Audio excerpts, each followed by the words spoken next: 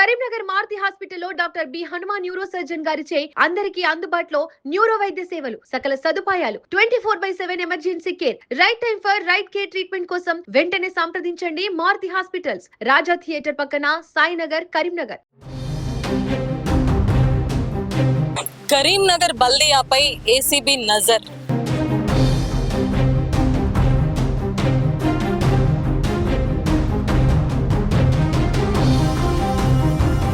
Town planning విభాగంలో దళారుల దందా.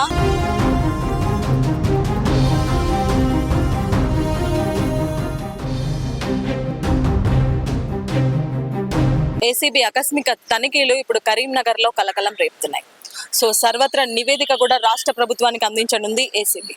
మనం చూసుకుంటే కరీంనగర్ నగరపాలక సంస్థలోని టౌన్ ప్లానింగ్ విభాగంకి చాలా పెద్ద ఎత్తున ప్రజావానికి కానివ్వండి, దళారుల ప్రమేయం ఎక్కువ అవుతుందని చాలా పెద్ద ఎత్తున కంప్లైంట్స్ రావడం జరిగింది. సో ఈ క్రమంలోనే ఏసీబీ అధికారులు మొన్న మంగళవారం నుంచి నగరపాలక సంస్థలోని టౌన్ ప్లానింగ్ విభాగంలో ఆకస్మిక తనిఖీలు చేపట్టారు. సో ఈ తనిఖీల్లో చూసుకుంటే బిల్డింగ్ పర్మిషన్ అనుమతులు, అదేవిధంగా ఫైళ్ల పెండింగ్, దరఖాస్తుల పరిశీలన, దళారుల ప్రమేయం ఎంతవరకు ఉంది అనే విషయంలో ఏసీబీ అధికారులు ఎంక్వైరీ చేసినట్టు కూడా తెలుస్తా ఉంది.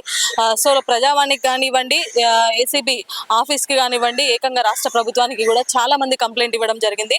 అనుమతులు లేకుండా బిల్డింగ్లకు పర్మిషన్లు ఇస్తున్నారు, బహుళ అంతస్తులు నిర్మిస్తున్నారు. సో మధ్యలో దళారుల ప్రమేయం చాలా ఎక్కువ అవుతుంది.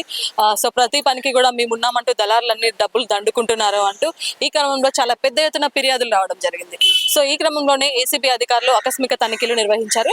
ఈ తనిఖీల్లో మనం చూసుకుంటే రికార్డుల పరిశీలన, క్షేత్రస్థాయిలో రికార్డుల పరిశీలన, అదేవిధంగా పెండింగ్ లో ఉన్న దరఖాస్తులు ఏమున్నాయి, సో అనుమతులు ఇప్పటి వరకు ఎంత వాటికి అనుమతులు ఇచ్చారు, సో వాళ్ళ దగ్గర నుంచి ఎంత అమౌంట్ కలెక్ట్ చేశారు, అదేవిధంగా దీంట్లో దళారుల ప్రమేయం ఎంతవరకు ఉంది, మధ్యవర్తులు ఎవరెవరు ఉన్నారు అనే విషయంలో కూడా ఏసీబీ అధికారులు క్షుణ్ణంగా పరిశీలించినట్టు కూడా మనకు తెలుస్తా ఉంది. సో ఇవన్నీ సర్వత్రా నివేదికను కూడా ఏసీబీ అధికారులు రాష్ట్ర ప్రభుత్వానికి సమర్పించనున్నట్టు తెలుస్తా ఉంది. మరి నివేదికలో ఏముంది అనే ఇష్యూ ఇప్పుడు కరీంనగర్ లో హాట్ టాపిక్ గా మారింది. సో టౌన్ ప్లానింగ్ లో ఏసీబీ అధికారులు తనిఖీలు చేసి ఒక నివేదికను రాష్ట్ర ప్రభుత్వానికి సమర్పించనున్నారు కదా. సో ఆ నివేదికలో ఏముంది అంటే పెండింగ్ ఫైళ్ల పరిశీలన, సో ఇప్పటివరకు ఎన్ని అనుమతులు ఇచ్చారు, సో ఫ్లోర్స్ కి కూడా ఎలాంటి నియమాలు పాటించకుండా ఉన్నా కూడా వాటికి కూడా వీళ్ళు అనుమతులు ఇవ్వడం జరుగుతూ ఉంది. సో ఎలా అనుమతులు ఇస్తున్నారు, సో ఆల్రెడీ మీరు కన్స్ట్రక్షన్ దశలోనే వాటికి నోటీస్ ఇస్తే ఇంత ఇష్యూ ఉండదు కదా. ఆల్రెడీ బిల్డింగ్ స్లాబ్ పడ్డ తర్వాత ఇవన్నీ ఇష్యూస్ జరుగుతున్నాయి. వాళ్ళు ఒకరు కోర్టుకు వెళ్తున్నారు, ఒకరు పొలిటికల్ గా కొంతమంది మాట్లాడిస్తున్నారు, మధ్యవర్తులు దళారుల ప్రమేయం ఎక్కువ అవుతుంది. సో ఇలాంటివన్నీ ముందు బిల్డింగ్ నిర్మాణం అప్పుడే వాళ్ళకి నోటీసులు ఇచ్చి వాళ్ళకి కరెక్ట్ గా ఉన్నాయా ప్రాసెస్ అంతా, వాళ్ళకి అనుమతులు ఎలా ఇస్తున్నారు ఏంటి అనే విషయాలు చూసుకుంటే స్లాబ్ వరకు ఇష్యూ కాదు కదా, వాళ్ళ కోర్టుకు వెళ్లాల్సిన అవసరం ఉండదు, మధ్యలో పొలిటికల్ లీడర్స్ జోక్యం చేసుకోవాల్సిన అవసరం ఉండదు అనే కాన్సెప్ట్ లో సో ఎన్ని అనుమతులు ఇచ్చారు, ఆర్థిక లావాదేవీలు ఎంతవరకు ఉన్నాయి, సో దళారుల ప్రమేయం ఎంతవరకు ఉంది దీంట్లో అనే విషయాలన్నిటిపై కూడా ప్రభుత్వానికి సమగ్ర నివేదికను సమర్పించనున్నది ఏసీబీ. సో మొత్తానికి రాష్ట్ర ప్రభుత్వానికి నివేదిక ఏమిస్తుంది, దాంట్లో సర్వత్రా ఉత్కంఠ నెలకొంది ఇప్పుడు కరీంనగర్ ప్రజల్లో చూడొచ్చు.